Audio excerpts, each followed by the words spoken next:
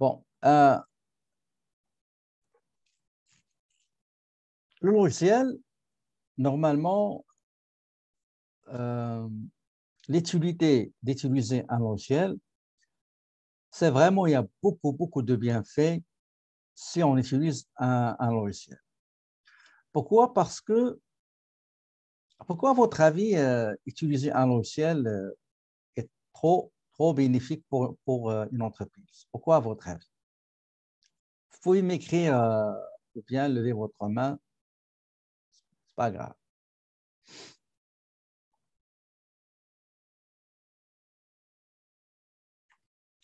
Donnez-moi par exemple les différentes directions au service. Je vais les saisir. Par exemple, moi, je vais dire service comptabilité, par exemple. Vous allez m'écrire et m'envoyer le nom des services et je vais les utiliser. Par exemple, autre service ou direction au département. Achat, OK. Les achats, c'est-à-dire les commerciales, OK? Donc, commercial. La paie, OK. On va dire GRH, gestion des ressources humaines. Finance, OK. On va mettre ici finance. Finance.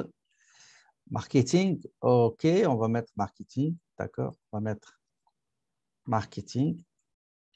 Production, OK. On va mettre production ici. Production. Gestion de stock, entrepôt, OK. On va mettre ici, on va mettre, ouais, OK, gestion, stock, etc. OK.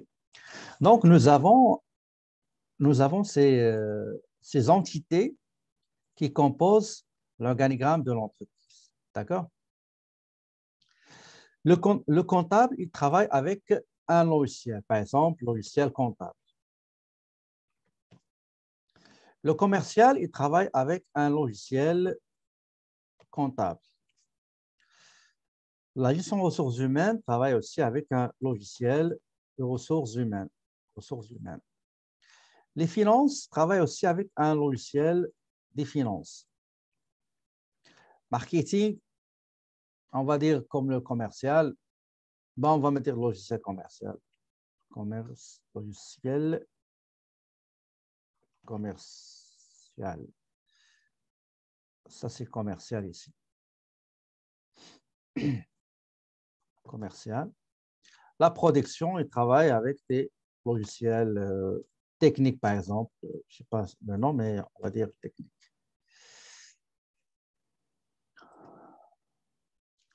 Donc, comme vous pouvez le constater, chaque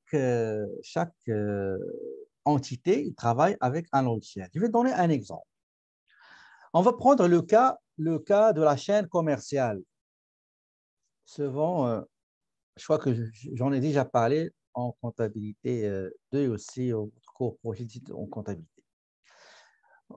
Moi, je suis l'entreprise, par exemple, je vais mettre ici entreprise. Vous êtes l'entreprise GRB 519, OK, Inc. C'est ça l'entreprise. Celui-là.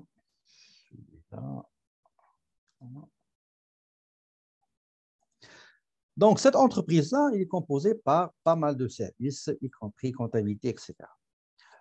L'entreprise GRB 519, il va acheter, par exemple, des articles. Qu'est-ce qu'il va faire? Il y a un fournisseur ici. Donc, fournisseur ABCD. L'entreprise 519 va envoyer une demande de prix préparée par qui? Préparée par le commercial. D'accord? Au marketing. On va enlever marketing commercial pour ne pas se perdre. On va laisser juste le commercial. Donc, le commercial, c'est celui qui va s'occuper de tout ce qui concerne la recherche des prix, la recherche des fournisseurs capables de nous livrer de marchandises avec des prix raisonnables, abordables. Le fournisseur, le commercial, quand il va envoyer un devis, il va envoyer une copie pour le comptable, une copie pour le financier, une copie pour le magasinier, une copie pour la production si jamais on achète matière première. Le fournisseur, il va répondre avec un devis. OK? Il va répondre avec un devis. Voici les prix, voici les conditions, et les politiques de remboursement, de garantie, d'échange, modalités de paiement, transport, etc. Il va répondre avec un devis. Ce devis-là sera reçu par le commercial. Le commercial aussi va envoyer une copie au comptable, une copie au magasinier, une copie au financier, etc. Le commercial, une fois c'est correct, le devis va préparer ce qu'on appelle le bon de commande. Donc, le bon de commande sera émis en plusieurs exemplaires. Une copie pour le comptable, une copie pour le financier, une copie pour le magasinier. Au moment de la réception de la marchandise, il va comparer ce qui a été commandé avec ce qui a été livré. Le fournisseur, il va livrer la marchandise au magasin, à l'entrepôt, et il va remettre BL, bon de livraison. Et parfois, bon de livraison et la facture. Le magasinier il va envoyer bon de livraison au comptable, au commercial, au financier, etc. Maintenant, le moment de la saisie. Le comptable va constituer ce qu'on appelle une liasse facture, la liasse facture. Il y a demande d'achat, demande de devis, bon de commande, bon de livraison, facture. Il va commencer à saisir cette transaction-là. Le commercial, la même chose. Dans le système, il va saisir ces informations-là, les copies qu'il a dans son système. Le magasinier, la même chose. Le financier, la même chose. Donc, le comptable, l'écriture comptable, il est basé sur ces documents, pièces justificatives. Le financier, au moment du paiement, il aura ces éléments-là, etc. Maintenant, ma question est la suivante.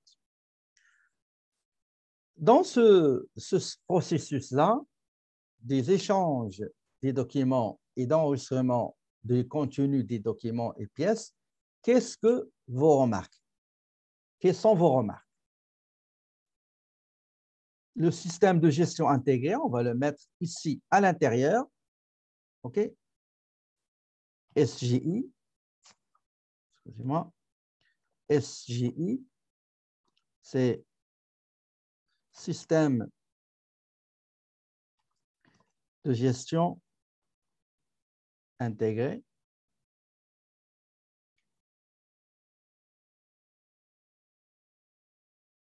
Et qu'est-ce qu'on va faire? On va enlever tout ça. OK? Plus besoin de logiciel ici. On a un progiciel. OK? On a un progiciel. Quand le comptable, le commercial, etc., ils vont travailler dans un serveur. OK? Ils ne vont pas travailler dans les postes clients. Ils vont travailler dans le serveur. Il y a un serveur, OK? Un serveur dans lequel tout le monde doit travailler. Leur poste ordinateur, c'est juste une fenêtre, une porte. Ils vont ouvrir, ils vont entrer pour travailler dans le serveur. Le plus grand avantage du serveur, c'est que vous n'êtes pas obligé d'être à côté de votre poste. Vous pouvez être dans n'importe quel monde, dans n'importe quel endroit, aux places dans le monde entier, et vous pouvez accéder à votre serveur à distance. D'accord? Donc, c'est ça. Donc, le logiciel aide beaucoup à centraliser la saisie et les enregistrements. Ça réduit le temps, ça minimise aussi, bien sûr, les erreurs parce que l'information sera saisie une seule fois. Si chacun va saisir les informations individuellement, si vous allez comparer ce qu'ils ont saisi, sûrement, vous allez trouver qu'il y a des erreurs. OK?